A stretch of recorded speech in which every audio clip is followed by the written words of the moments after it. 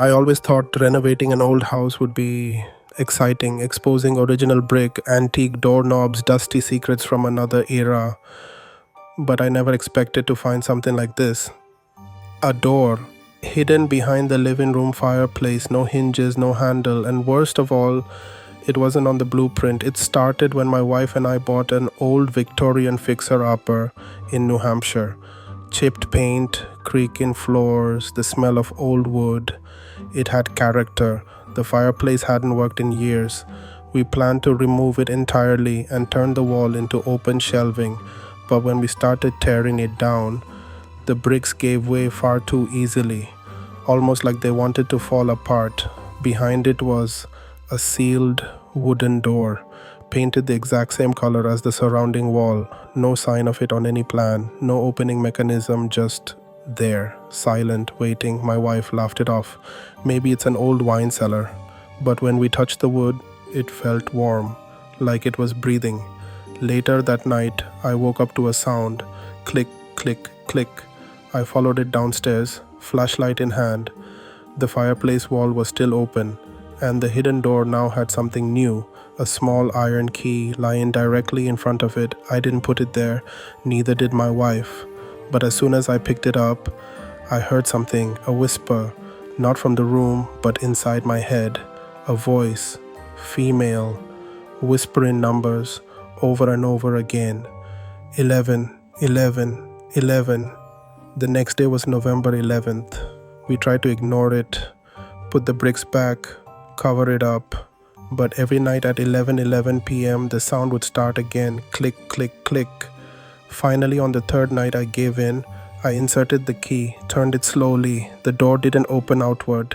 It slid silently into the wall, and beyond it was complete darkness. It wasn't a room, it was a hallway, dusty, cold, and lined with framed photographs.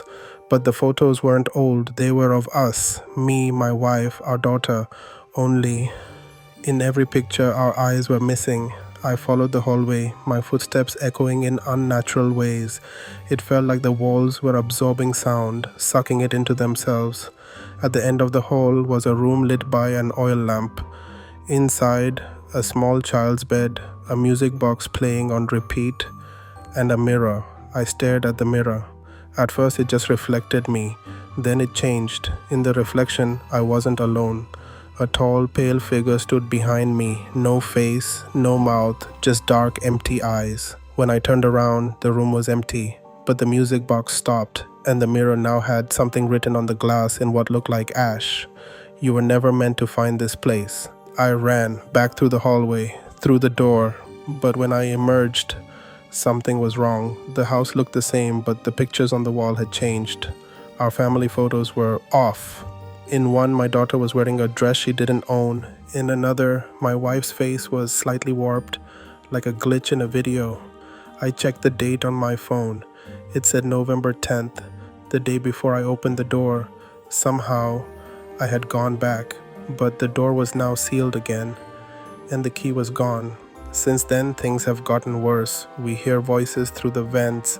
My daughter says she dreams of a man standing at the foot of her bed. Every night at 11:11 p.m., the power flickers, and the mirror in our hallway, it keeps showing that room. Even though I smashed it, burned the wall, filled the space with concrete, it always reappears. I don't think I ever really came back. I think something else did. If you ever find a door that shouldn't exist, don't open it, don't look inside, and whatever you do, don't listen when it whispers your name, because once it knows you've seen it, it never forgets.